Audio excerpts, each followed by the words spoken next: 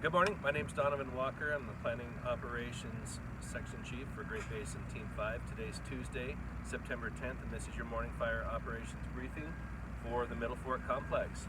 I want to take you over to I want to start in Deadwood here, in Deadwood Reservoir area, just to highlight basically the really good work that's been done up there. The attention to detail and really accomplishing their mop-up standards in there, looking at safety, not just for our firefighters that are out there, but as we look towards reopening areas in the future. Snags have to be dealt with in high recreation and public use places. We need to make sure that that there's repair done. It's identified. If we've had any suppression damage, we want to make sure those are identified and addressed before folks are going back in there, so it's safe for everyone. And it doesn't look like we've been there, right? That's really what we're trying to get at. The fire itself, right around where we have our control lines in, it's not continuous black through there. It's not 100% burned. You'll have an area where it's spotted into, and you've got these just black spots in areas that burned all over the place. That's very labor intensive to work through that, because you have to search out every single one of those spots that are out there. So we have several crews up in that area, and we continue to meet those mop-up objectives and the safety standards that we're setting up there. The other thing is, we know we're getting some rain coming in the next day or two, and we're looking at potentially some heavy rain coming in there, and obviously that impacts recently burned areas, particularly where it's burned really hot, and taken a lot, if not all, of the vegetation off of steep slopes.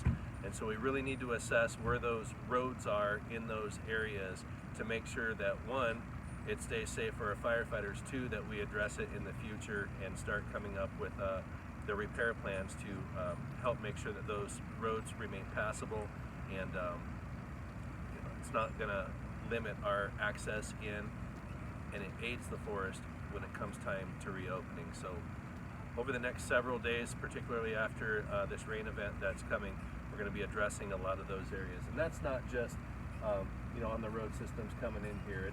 It's not just in these areas.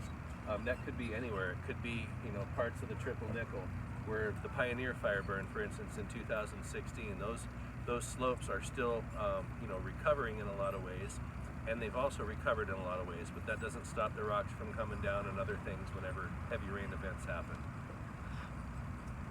The only heat that we showed yesterday was right at this very tip, right where the tip of my pointer is, right here. We had heat through here the last several days. It's down to about right here. Did get tested by some wind, showed us that it's just this little piece that's left, and we're going to be getting after that, going direct on that. And I don't really anticipate much more spread to the northeast on this fire. In case we did have spread to the north, our contingency lines on the 591 road, our contingency lines on the Triple Nickel moving north are in place, and they're there to make sure that we keep fire east of those roads. If we can keep it down here, perfect. If we can keep it to the east over here, that's perfect. One other thing to think about, we've done work, it kind of goes off the map to the top here, but this distance to the north up to Deadwood Outfitters, that's the next chunk that we're going to continue that road maintenance, that road preparation, and make sure that that goes all the way up to Deadwood Outfitters, and even working around the complex up there. Not just to protect from our fire. Goat has been very active, and this is a value at risk that we're responsible for, so we want to make sure our plan for resiliency for the values at risk on our fire are met for our fire, and that same resiliency should help us in the event that another fire impacts into those areas. So we'll be watching that and continuing that work, and it'll be several days of work to get that done.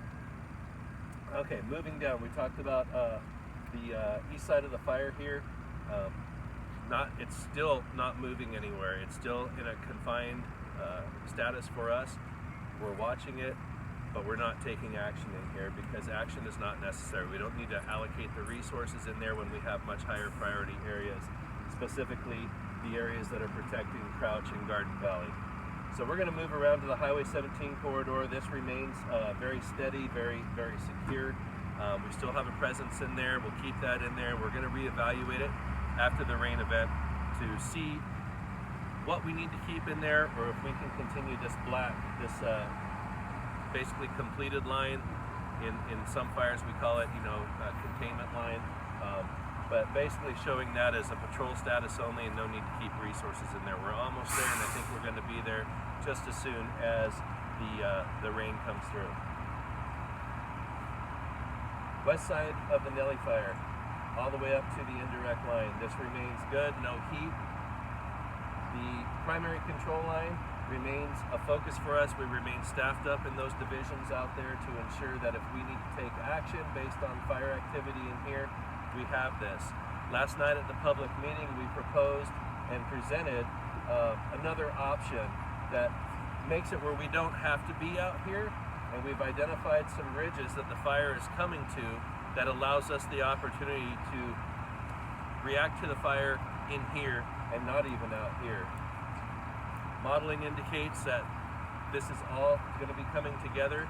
We haven't had both fires touch yet. It's really close. But as those fires come out of those drainages and moving uphill on their own, there's a lot more potential for spotting and things like that. So we're proposing some strategic firing on some ridge tops using drones, not even putting people in there because it's really dangerous in there.